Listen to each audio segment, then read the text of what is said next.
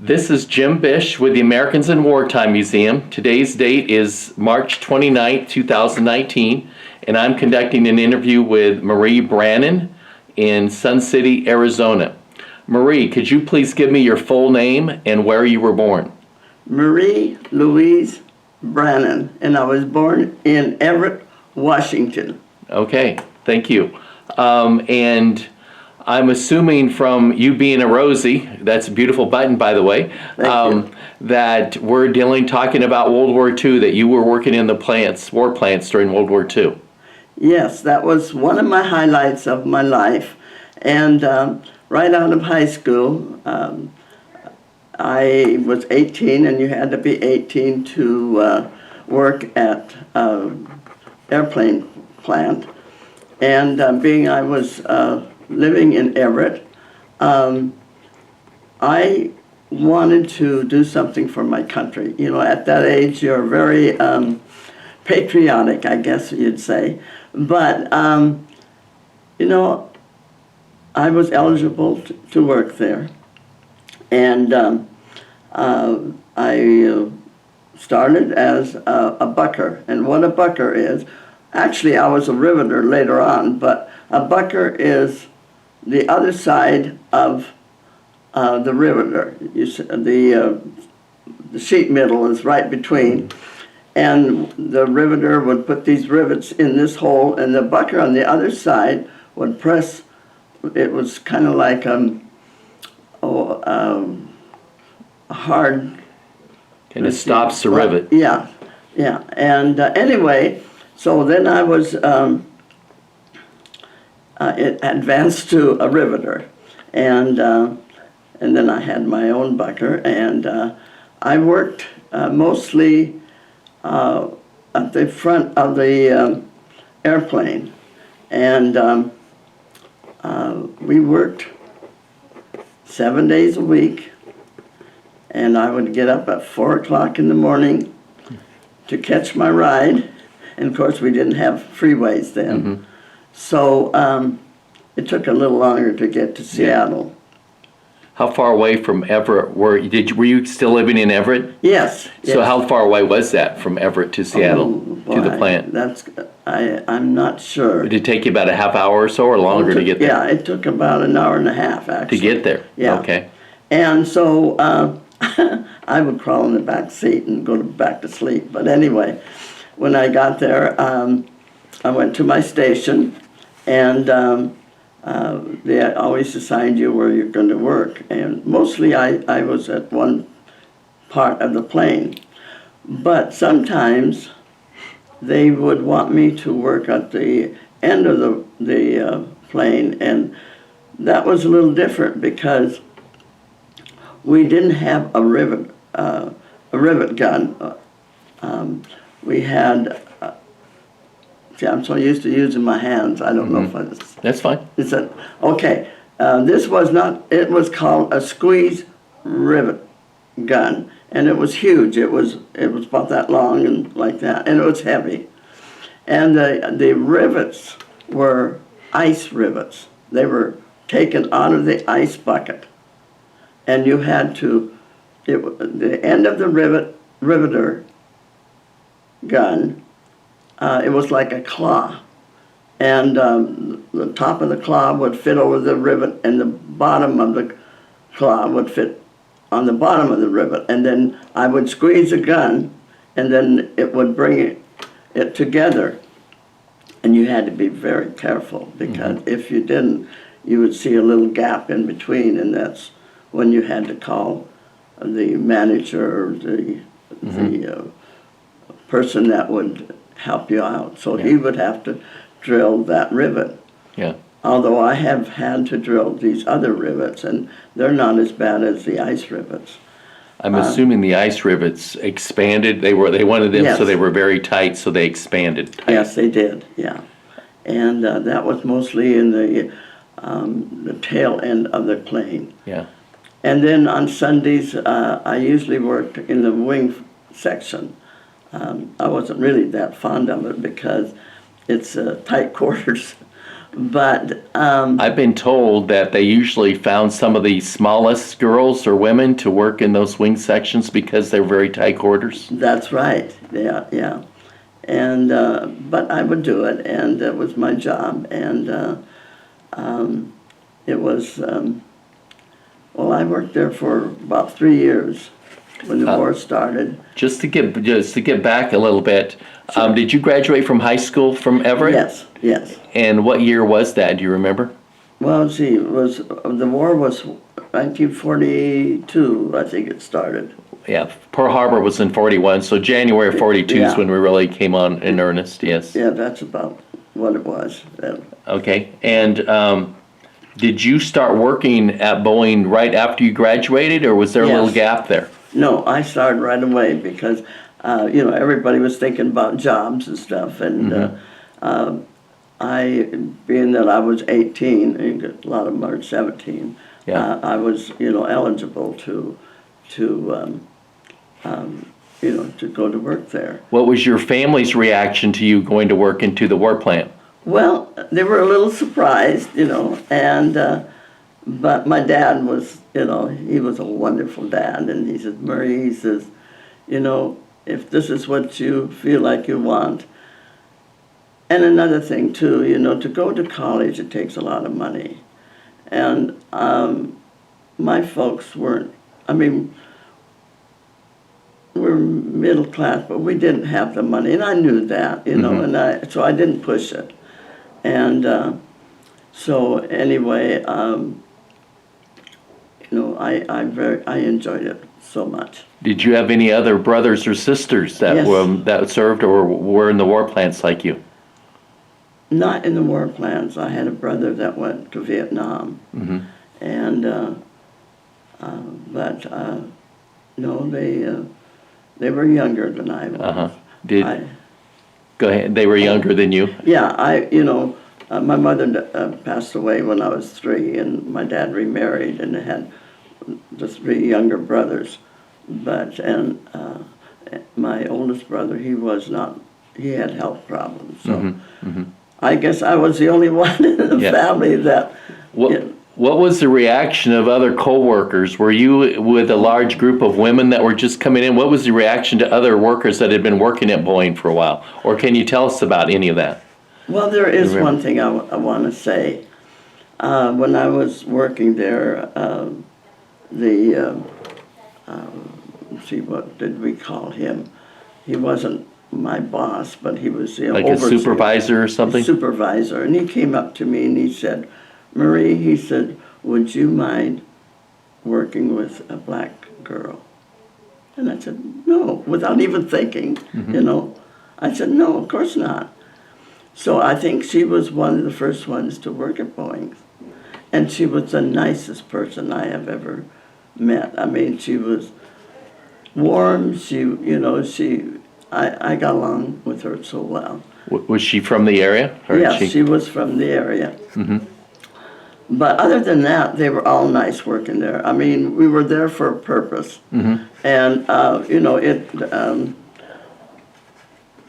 well, what I felt was, I was helping the war the effort. boys. And they couldn't be here to do these things. So, that's what I felt like I wanted to do. And I was happy doing it.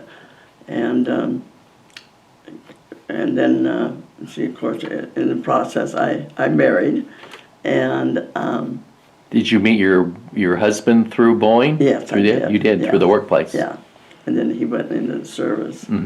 But and then of course I took a leave of absence to have my son, but after I got my sister-in-law, I actually volunteered to take care of him so I could go back to work. So I went back to work at the swing shift, which is okay, but I prefer the day shift. Yeah. But I can say it's a part of my past that I felt good in, and I felt like I was doing something for my country. When you decided to start working at Boeing, were there other plants that you could have went to, or was Boeing so much larger that you decided to go there? Well, I saw the ad in the paper. So they were advertising? Yes. Okay. Yes, and they wanted workers. And Did they so- specifically target female workers, or did they say? Well, I believe it was workers, they said. Now, I'm not sure on that, but I think They were so. accepting both men and women? Yes, and so when I showed it to my dad, he said, well, what do you think? And I said, well, I'd like to do it. And he said, well, if that's what you want to do. Yeah. Do you remember the interview process to get hired? Do you remember much about that? It was mostly my health, you know.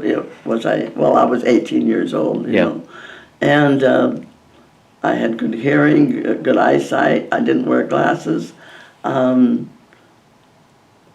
don't think we had an examination. We had several things to fill out. But going back that far, I don't think. Did they require you to be able to lift so much? Have a requirement of being able to lift 30 pounds or anything like that you remember? Well, I remember. Because I know you mentioned pretty heavy things. Yeah, So yeah. I remember lifting that heavy thing, and I was glad that, you know, I was only on there a short time. And I was glad that they took me off because they had a few men working, so I think this is what they did mostly, but I guess they were short and they probably thought I was, you know, big and strong. I wasn't big, but I was, you know, strong. Yeah. And do you remember what your wages were? How much money you were making a month or a week? I was making 70 cents an hour. When I left, I was making 90 cents an hour. And, you know, at that time, that wasn't bad for a woman or man or, Right. you know. But I remember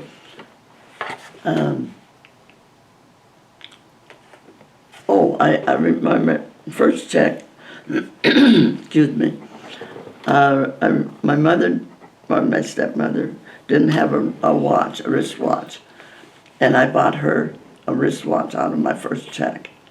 But, and you know, then I was, of course, married, and there's always things, you know, that you like to do. But when the war was over, we were through, and I will say I did have a piece of metal that flew in my eye. And I had to, you know, go to the doctor and had that taken out. But that was the only thing that that really bothered me a little bit. Did any of your classmates from high school join or get in the warplanes? You were pretty much the only one that you knew of. Yes, I am. You know, like I say, I started young, going to school, you know, because of my birthday. And I had to take, was it the 4th grade, because I had a appendix operation and take some time off. So I was actually, you know, I was older than I should have been. Older than your classmates, yeah. Yeah, so they were all, you know, 17 and they couldn't, you know. Yeah. Because it definitely said 18 or older. Did you build some good relationships with some of your coworkers? Were there some that you had very good friends with that worked there? Oh, yes. I built a very good relationship for my mother-in-law. She worked there. And she worked, well, not alongside me, but the next department. And we kind of, you know, we connected. So then she said, well, she says, I'd like you to meet my son. But that, of course, grew into a very wonderful relationship and family. And there was another girl that I enjoyed very much, and we would go out and have lunch and that type of thing. But, it was a pretty serious, you know, Yeah. we didn't fool around Yeah. or much, you know, Yeah. we did what we were supposed to do, and Yeah. we were tired when we got through Yeah. because I had a long ways to go back home and or drive home, and so I was ready to go to bed early to get up at 4 o'clock. So your mother-in-law kind of picked her own daughter-in-law, huh? Yes, yes, bless her heart. That's a good story. So did you ever think about moving closer to Seattle, to the plant? You just continued all the time doing the drive from Everett there. Yes, they opened an Everett plant later on, and that was when the war was beginning to close down, and I thought about doing, you know, transferring there, and I thought, well, you know, I wouldn't be working there very long, so I just didn't. But they did have a nice plant in Everett where I lived, so I didn't Yeah. go that route, I guess. So was the bucker, was it pretty heavy? You know these stones on the buildings. You see what do we call them? They're made out of Like the bricks? brick. There you go. Yeah, that's what I mean. They're like the size of a brick, but a lot heavier. You know, at the meeting they do have one there, but it seems like when I first saw it, it looked a lot smaller than I remembered, believe me. Yeah. But I would think they would be pretty heavy just holding them up all the time. Did that get pretty yeah, heavy? she held like this, and of course the gun wasn't that heavy, as heavy as the cold gun, but you know, we took our time and Yeah. be sure that the rivets were tight, and it worked out okay. Did you said you moved to riveting and even to the back of the plane once in a while? Yes. Were you riveting very often, or towards the end of your career you were riveting quite a bit? Yes, yes. Yeah, So you made the transition over that right, to riveting. I did, and that was the main thing, is to get these rivets. I don't know if I mentioned this or not, but they brought a B-17 from Tucson up to the Air airport. show? Yeah, and a friend of mine said, well, would you like to drive out there and see it? And I said, I'd love to. So we drove out there, and I was talking. I saw this plane there, and I said, oh, it brought back memories. And I saw the pilot, and I was talking to him, and I told him, you know, I worked on a B-17. He says, would you like to go up on it? And I said, you gotta be kidding. And he said, no. He says, I'll take you up for about 10, 15 minutes. And so anyway, I did, and he wanted me to kind of sit up in front where the gun was, where the bubble was. Uh-huh. And as I was sitting there and looking around and seeing all these rivets, I thought, did I put that rivet in? You know, it just, You could have. yeah. And you had to crawl in the plane because, you know, of course it was just all open. There was no chairs or no seats or anything. And so when I came out of the plane, there was a group of people there, and they were all clapping, and I looked around and I thought, what are they clapping about? And evidently the pilot had told somebody else, the one that was at the station there. Mm-hmm. And so, and you know, when a woman came up to me and she said, I want to thank you. And I said, yes, for what you've done. And it just made me have goose pimples, you know. I just didn't realize until that moment that I did have Uh-huh. a part of it. And not only her, but the men did too. Mm-hmm. He said, I want to thank you. And, you know, I think back at it and I thought, you know, I was so smart to do that. It was like it was supposed to be. It Yeah. was my thing. Yeah. Now, you mentioned you worked on B-17s. Did you also worked on a B-25 or B-29? What else did you work on besides Those B-17? were the only two. The B-17 was the big plane. That was the one that really, You primarily worked on. yeah, and it was the one that was very important. I mean, it was the one that did the damage. And the B-29, I only worked on her on weekends. And that was the one I had to work in the wings. Okay. But the B-17 was my baby. How many B-17s? Do you have any idea how many you worked on, or how many you produced? The plant produced a week or a month? Yeah, I don't. I would like to know. I know they set all kinds of records with the number of aircraft we were pushing out. Yeah, they did. And we knew that's why we worked 7 days a week. We had to get them out, Yeah. and as fast as we could. But I wished I did have that number, but I know they were going out pretty fast. Yeah. So, what was it like when the war ended? Were you all told that you only had 2 weeks to work or anything like that? Or did you all just pretty much knew that you were going to leave at a certain point? We knew, I mean, we heard about the war ending and everything like that, and we knew that, they said, well, when the boys came back, it was their turn to work, and there was no question that we wanted to stay. Yeah. And, it was,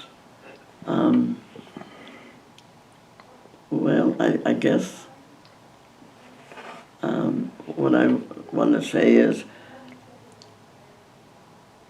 we did our part, and how big or small it was, we knew it meant something and it was important. But no, I was ready. Yeah. I was ready. I had a family, and I was married, and my husband came home, and it was time. Yeah.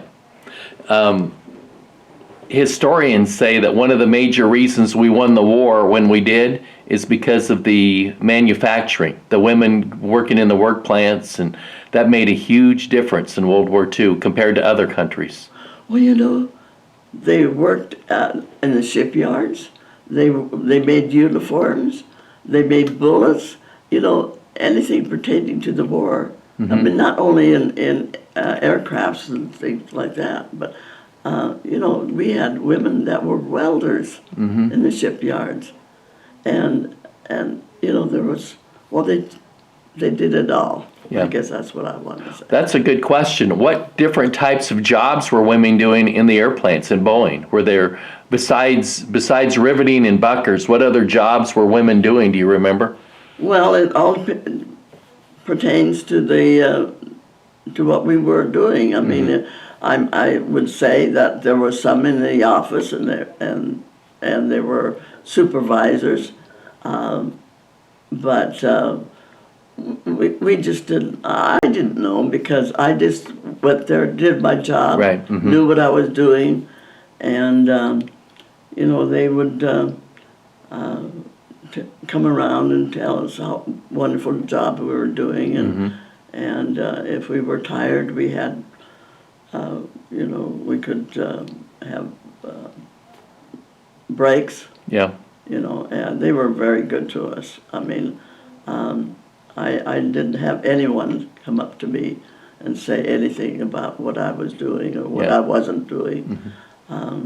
It was a wonderful company to work for. Did you ever have any politicians come through? No. Go through and see what you were doing at the war plants, kind of doing anything like that? Wait a minute. Maybe we did have. I remember a couple of men walking around with white shirts and little hats and stuff, and they were talking to the supervisors. I guess that's probably what it was. Yeah. I mean, it was seeing that everything was going okay, but we didn't have time to look around much. We were busy. You had a job to do. Yeah. Is there anything that you can think of, any specific event or more importantly, is there, your service, how do you compare as far as that benefiting you from the rest of your career in your Well, life? There is one thing, we were the start of women going out to the workforce. They weren't working at that time, but we started it. And we were also the start of wearing long pants for women. Mm-hmm. So actually, when you think about it, these women that are working now, it's because we started it. Yeah. But You changed history going down there in I social guess so. history, yes. yeah, it's a part of my life. Yeah. Wonderful part of my life. Well, thank you, Marie, for your service, and thank you for your interview. Well, thank you. Also, it's wonderful because you were a riveter, and so Rosie the Riveter really fits for you. Well, it does. Yeah. It really does. Yeah. Everybody, well, not everybody, but people here call me Rosie, even though they know Marie. my name. Yeah. They say, "Hey, Rosie, Yeah. how you doing?" Yeah. So, Well, thank you very much for Thank everything. you.